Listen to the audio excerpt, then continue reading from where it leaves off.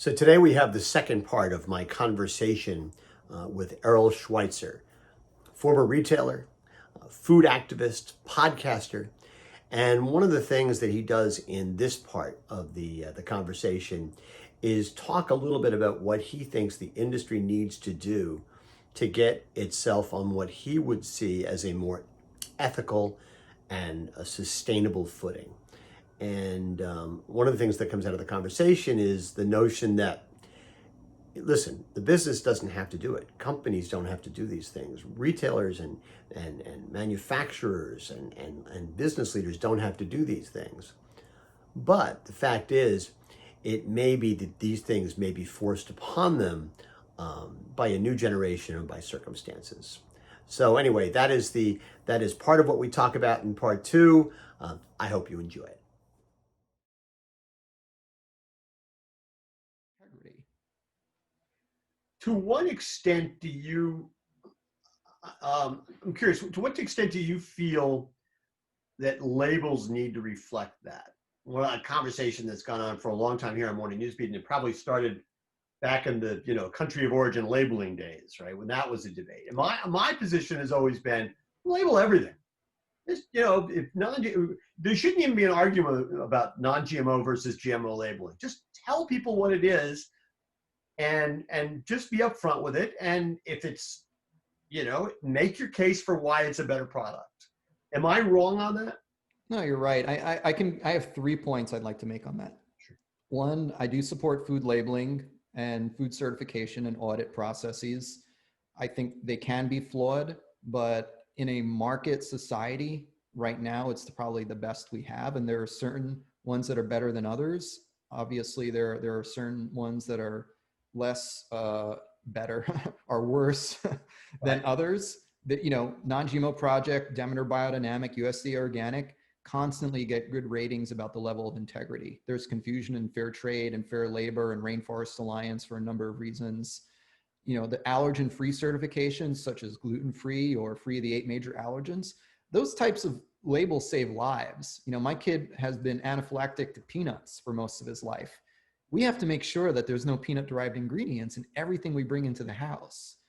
So that's the first point. The second point is, I think it's a shame that we need to label the products that are produced with this added value of integrity, as opposed to, why aren't CAFO produced meat or dairy products labeled with some sort of warning saying, hey, this is from a confined animal feedlot operation. These pigs, cows, chickens were kept in a cage, treated terribly, and then slaughtered inhumanely in order to produce this really cheap stuff that you are now consuming, right? Why does the labeling have to be on the good stuff and the bad stuff gets away scot-free without having to communicate it?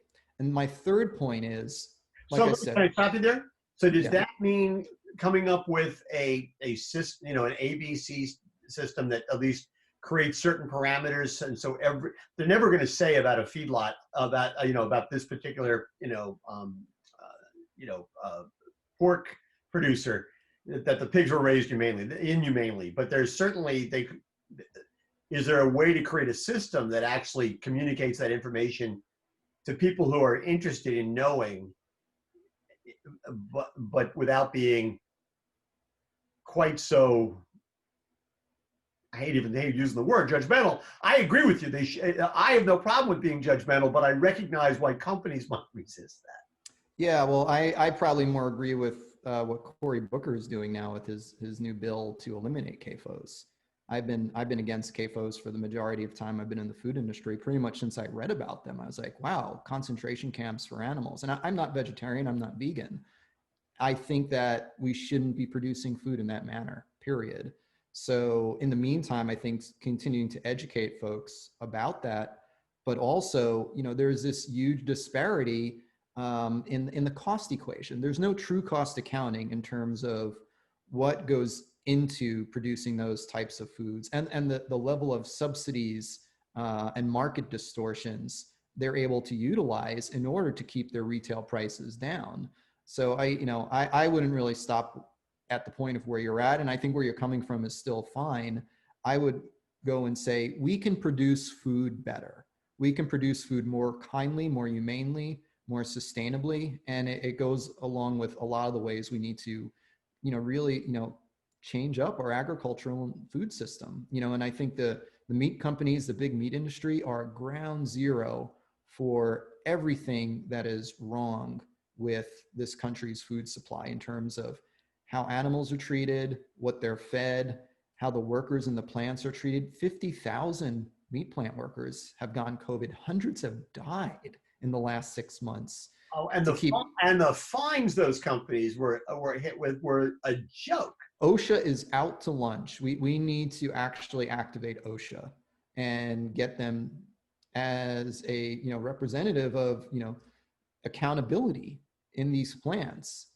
Before, and this is one of the other interviews I did was with Jose Oliva of the Heal Food Alliance. Was talking about there were wildcat strikes in a lot of those meat plants prior to this COVID because folks knew this was going to happen, and it's tragic. It's horrifying. Folks knew that they were going to get sick and die if things didn't change, and they didn't change. Tyson wrote their little op-ed. Literally, their language was pretty much copied word for word by the president, and their executive order keeping the meat plants open. And here we are, and it's a travesty. It's a tragedy, and to think that labels are going to fix that is actually incorrect. That is a societal issue. We need to get to the root of that, and we need to rethink how we are producing food if that is the price that people are paying in order to keep that types of product on the shelf, not only on the shelf, but to get exported overseas. You had a third point you wanted to make. I interrupted you, and I apologize. The third point I want to make ties right into that. We need a new ethics of solidarity, of human rights. We need to change up the way we see each other. I think that as a retailer and somebody who's been face to face with customers and in food service and farmers markets, you have to have some egalitarian sensibility with who you're interacting with, because people want to keep coming back, right? If you treat customers like crap, honestly, if you treat your suppliers like crap, and those are just the people you interact with face to face. This isn't even talking about the folks in the supply chain that you don't get that visibility to, whether it's the truck drivers or farm workers or the folks on the plows. Like, we need a greater sensibility for just human solidarity and ethics that I think this country has either forgotten about or maybe just wasn't really in our DNA. I'm not sure these days. I'm very skeptical. I'm obviously very, very anxious. But to me, that is more important, because then you as a category manager, when you're making product decisions, your ethics, your notion of empathy, needs to translate through how other stakeholders are treated in the supply chain.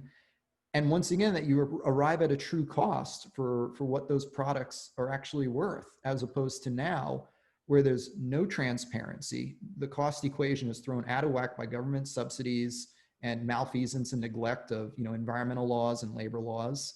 And who knows what goes on overseas in order to create all these like cheap products that end up on our shelves. So I think once again, this is a matter of turning over how we're looking at the food system. I listen, Morning Newsbeat readers are probably tired of me saying it, but I've been writing for years.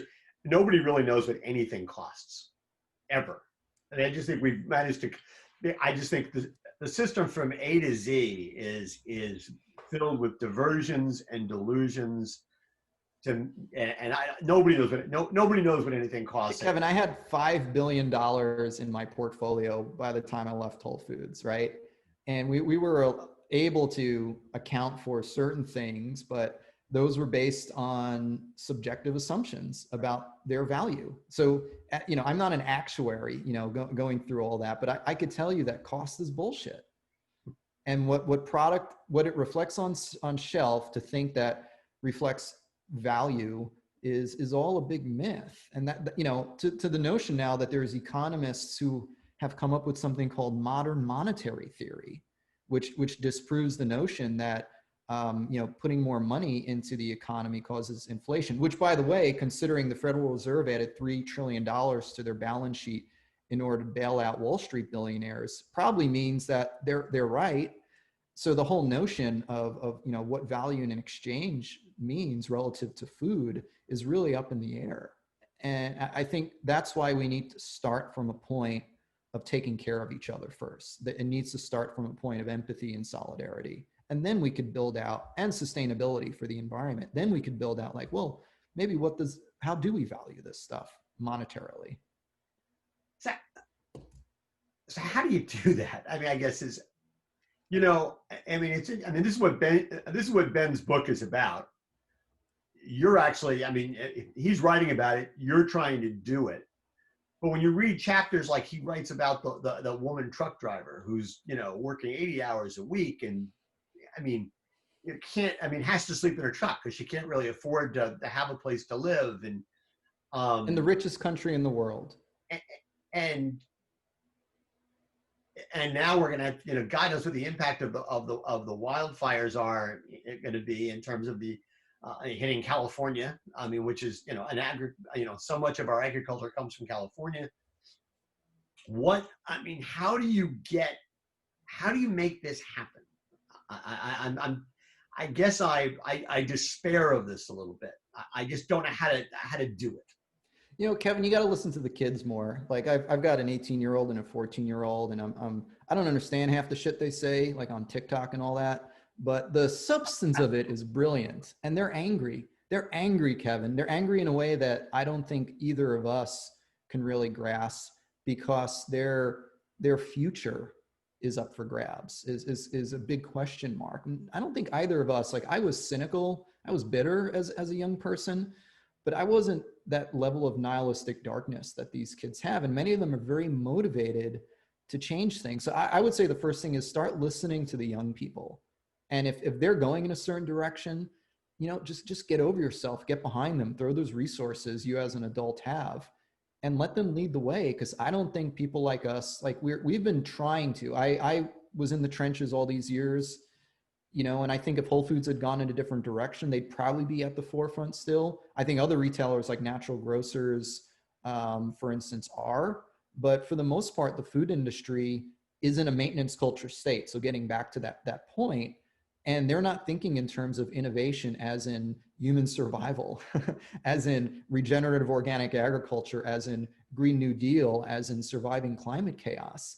These are the types of problems that we as an industry need to put our greatest minds and our greatest resources towards solving. And you know, the answers are what we need to develop on the way there. There's some really good ideas, and like I said, listen to the youth. I mean, you know, the sunrise movement. I did some coaching work with some of those, I mean, kids, 17, 18, 19, and they're brilliant, and they're seeing the connections in a way that many of us never did, or if we did, we had to be compromised so much in how we were addressing them. So that's the first thing I'd like to say. Explain what the sunrise movement is. Sunrise movement is this movement of young people who, they're the ones who popularized the idea of a Green New Deal. The New Deal obviously being the precursor, you know, social welfare, you know, agricultural labor policies under the FDR administration.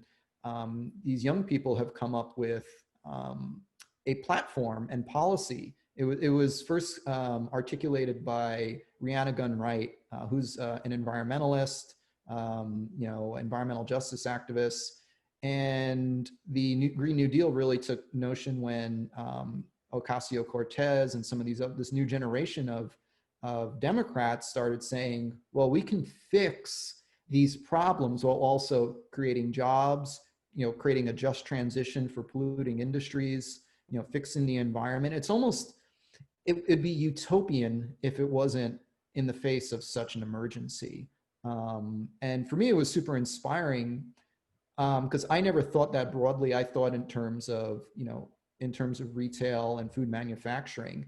These folks are thinking in terms of policy and societal transformation, while also addressing the major issues of inequality and racial injustice, you know, and ownership and governance, like we talked about.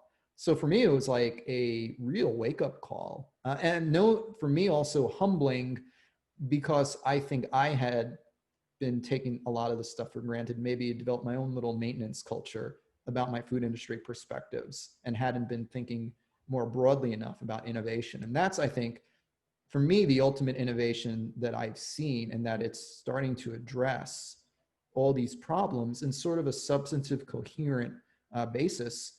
And the fact that it's rooted in economics, which is important for me as somebody who's been in retail and the food industry for so long.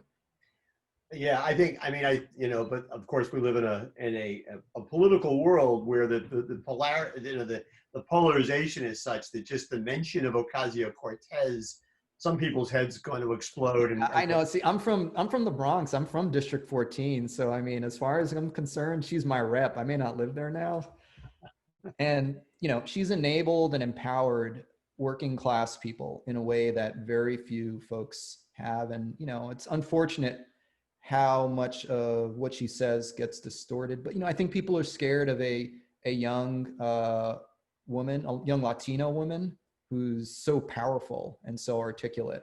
And that's a shame because you look at the future of this country and it looks a lot like AOC. Yeah, I mean, I think that I've spent enough time on college campuses, specifically in Portland, Oregon, which and those college classes that I've taught there are very diverse. And yeah, I mean, I think that I think you're right. I think that there is an element of being pissed off at where things are. And right now, I mean, if you see, as we have this conversation, the Southeast is being hammered by a hurricane. The Northwest is being hammered by wildfires. And it's, you just say, you sort of look at the map and say, this end of days. And they do have a choice. And more the young people I talk to are choosing a level of activism. I think the challenge will be for people of a certain age who are running companies or running industries to be willing to listen to them. And Yeah. because again, they threaten the status quo, they threaten the maintenance culture. Well, it seems to be working well for Patagonia. I mean, those folks, and I consulted for them briefly, really understand the way the winds are blowing. And they're privately held. They're not responsible, to investors or shareholders. And likewise, some of the smaller, more nimble cooperatives, or employee-owned companies have really benefited, whether it's King Arthur Flour or Bob's Red Mill. So I think these folks who are just sitting on their laurels and still, taking for granted shareholder primacy in their business decisions in the long term are going to lose.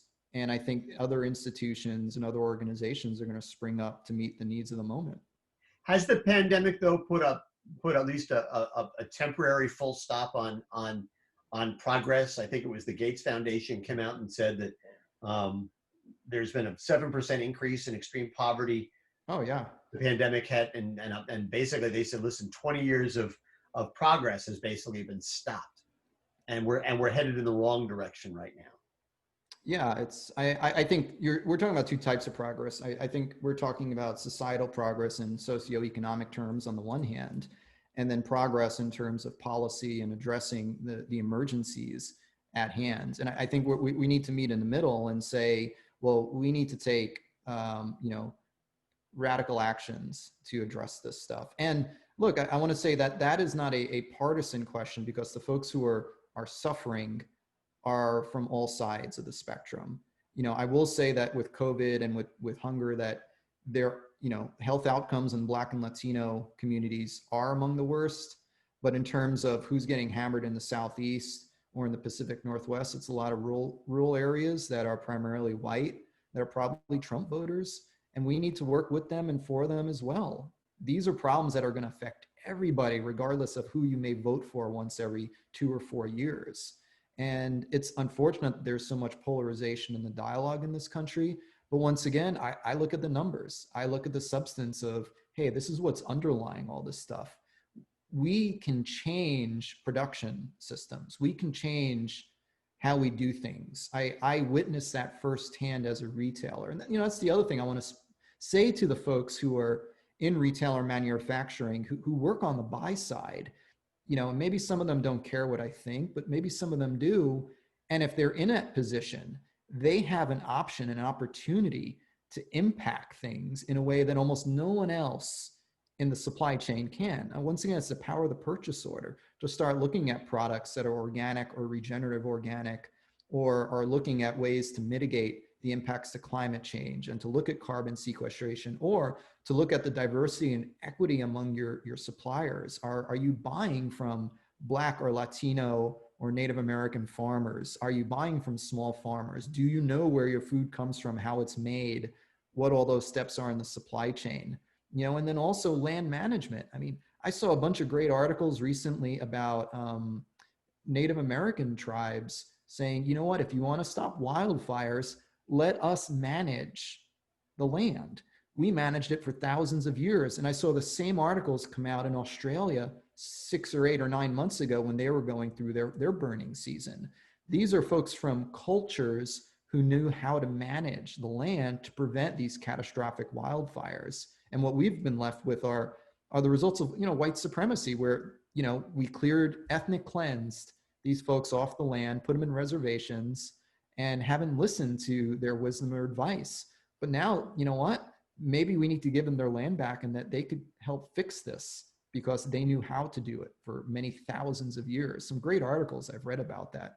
And once again, for me, as somebody who's, not wanting to be in a maintenance culture, wow, that sounds innovative. Yeah, I was going to say the problem is, but there's so many problems. But to me, part of the problem is that, we live in a world, it seems to me, where it's very difficult for companies, and this is more for public companies than private companies, but I think it cuts across it to a certain degree. It's really difficult to run on all these different tracks, right? You got to make your numbers, you got to do this, you got to do it, and to innovate at the same time almost seems impossible culturally or structurally. That it's like being able to mistaking strategy for tactics or tactics for strategy, and not, there was, I mean, the example I've been using a lot lately is, I live with a couple of teachers, my wife and my daughter, and it's like all of a sudden on August 15th, they're all running around with their hair on fire. Not my teachers, saying, oh my God, what are we going to do in September? And it's like, well, why weren't you thinking about this in April? Why didn't you consider the possibility that education was going to have to be fundamentally different after Labor Day than and start planning and take advantage of the moment to rethink education? And it seems to me that what you're really talking about here is taking advantage of this moment. We're in a crisis situation, but to kind of rethink everything and say, how do you come out of this different than you were when you went in? Yeah. Is anybody having fun out there? Do we like how things are going right now? So I think that we need to rethink how we do things. And I don't think that this crisis is going to go away and we're going to go back to some quote normal. Like, I think that's in the past. I think what the world was on March 11th versus March 12th, we walked through a doorway. That's what happened. I think Arundhati Roy, she's an author, the pandemic is a doorway. And that, thinking about that, like, you are now in a different reality. What are the ways that you're going to approach this? And I think there's not enough of a collective self-awareness in this country of what do we need to do to survive and come out of this better than we went into it. And it's very short-sighted thinking, oh, it'll clear up soon, we can go back to that normal. And my feeling is these crises compound, from COVID to, then we had Black Lives Matter and, these police killings, now to this climate chaos. Like, what makes you think that things are going to level out? Like, I think it's really the time for some, radical rethinking of how we do things. If not now, then when? Well, and we may have gone through a doorway on March 11th or March 12th, but by the way, there's always going to be another doorway. There's going to be there'll always be another crisis. It just feels that right now, that if you think that, when we all have a vaccine and everybody's doesn't have to wear a mask again, if we think that's the end of it, then we're just deluding ourselves. And this is what I mean about innovation. Like, I want to give credit to some of these bigger companies for trying. I know that Danone and General Mills are involved with Soil Carbon Initiative and working on regenerative ag systems. My friend Robin O'Brien does plant-based investing. Organic Valley is $1 billion organic, dairy and meat and produce co-op. I mean, there are folks in the food industry who've been thinking about this and working on this. My friend John Rulak from Nutiva has been, plugging away about regenerative food systems now for years. Or on a smaller scale, a young man named Chris Newman from Sylvan Aqua Farms is figuring out how to do, Black and indigenous food systems at scale to feed the DC area, regeneratively produced pork and beef and eggs and chicken. So it's out there, it's happening. And I also look at the level of mutual aid organizations that have popped up in all cities of just folks, grassroots, neighborhood, community level of just trying to feed each other and take care of each other, And so for larger companies, they probably do need to get off their asses and decide what innovation actually means relative to survival. And, they've hit a little bump, in terms of their numbers. It's worked out for them in the short term. And that probably keeps the shareholders happy. In the long term, in terms of their supply chains, in terms of labor, in terms of all the environmental degradation and other externalities that will impact them, I think they're all ticking time bombs. Last question, and you've been very generous with your time. I really appreciate it. So if there's something that you think prescriptively that if you're a retailer and they see this and they say, all right, I'm going to get off my ass. I'm going to do something. What should that something be? Is there one thing other than calling you and asking for more suggestions, but is there something that they can walk away from this and say, yeah, I need to do this? Continue to increase the amount of organic and regeneratively organic produced foods that you sell. The Organic Trade Association released a white paper that showed a lot of great scientific proof that organic agriculture can mitigate the worst effects of climate change, that it can sequester carbon, it's not dependent on fossil fuels, it produces more nutrient-dense foods. Keep growing organics. Keep growing regenerative foods and regenerative organic foods. As a retailer, you can do that. And you know what? Customers are buying it. They want more of it. And then also look at the supply chains. Look at transparency. Start demanding more audits and certifications of what is actually happening in your supply chain. And when you find things that aren't up to your standards, get on top of it. And that was the problem with what we've seen with all these, exposures and crises. Like with a few years ago, it was shrimp farming, or we're seeing in the country now where, like I said, like forced labor and trafficking in this country is endemic to agriculture. Start asking those questions. You as a retail buyer, you as a retailer, you can impact these things. The power of the purchase order is primal. These are practices that any retailer could say, we can make a difference. And as a retailer who has that direct interface with the consumer and all their apps and all our digital platforms, you can market it, communicate it, create content around it, create a community around it with your customers. And this creates a point of difference, a point of differentiation, a point of competitive advantage. You as a business can set yourself apart while doing better. And this is what we mean by when we say in a Green New Deal, a just transition, that we're creating these products and opportunities, that we're not just eliminating industries, that we're transitioning them to a better way of doing business, a better practice of social responsibility, treating people in your supply chain, better, treating the environment better, selling better food. I mean, if you're a retailer, and in food retail is among the highest rated industries by a recent survey in Progressive Grocer. Like, folks think very highly of the food industry. This is your time. Yeah, I do think and if people have a single bottom line, which is the financial bottom line, as opposed to a triple bottom line in which they look at stakeholders and ethical behavior and things like that.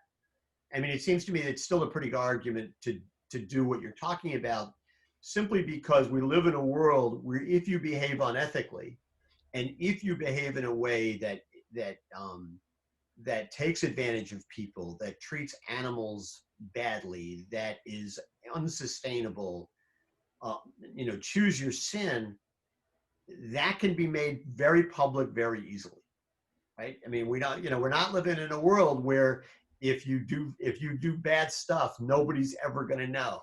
I think we've all learned if you do bad stuff, people are going to find out. And so, yeah, if you're only concerned about the bottom line, this is a pretty good argument for still doing the right thing, because if you're not doing the right thing, people are going to find out about it. Yeah. And then I think the other side of that, and this is where I want to recognize some of these retailers that have partnered with trade unions, pay people more, treat them better.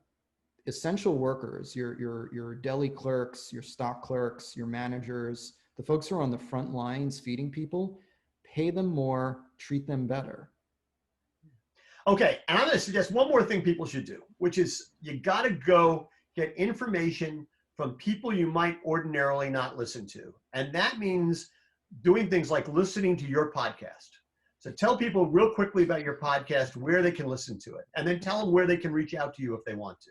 Sure. My podcast email is errol@thecheckout.radio.com. Our podcast is The Checkout. It is a food, labor, industry-focused podcast made by and for food industry insiders. I'm very active in the food industry. Thecheckout.radio.com is also on Twitter, Facebook, and Instagram. You could stream us on Google Podcasts, Stitcher, Spotify, and iTunes.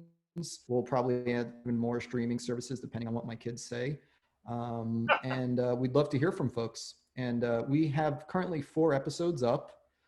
We've recorded another dozen or so, and we've probably got about 20 scheduled. So we're just getting started. We're very excited. We've had hundreds of downloads these last few days, thousands of views. And for me, it's fun and exciting. I have a long history in independent media. I was a radio DJ and a publisher. I've hooked up with a friend of mine here in Austin, Evan Driscoll. He's a longtime farm and food industry professional as well. And he's also a great producer, and he's willing to do all the behind the scenes stuff as long as I'm doing all the media and front of house, which is awkward, but I think I'm doing all right. It sounds great. And I will just say to the Morning Newsbeat audience, I mean, I've been doing this a long time, and I just listened and I learned. And it was just one of those things where I'm just hearing from people that I wouldn't ordinarily hear from, and exposing me to ideas. And it made me think differently about the food industry. So, and I think if any property that can do that is a good thing. So that's the point. And we have corporate CEOs on the show. We've got startup innovators. We've got food labor activists. We've got academics and researchers and journalists coming. But the key point there is, for me, do they think differently? You know, what they're talking about, it's very much rooted in innovation culture. For me, that is the crux of the Checkout Radio. Well, Errol Schweizer, I really appreciate your spending all this time with us. I hope we get you a lot more listeners, and good luck to you. And I hope we can check back down the check in together and then down the road and hear how things are going. It's a pleasure, Kevin. I'm a longtime fan and supporter of what you're doing, and I deeply appreciate the time that you spent with me today. So thank you. Thank you. See you next time. Peace.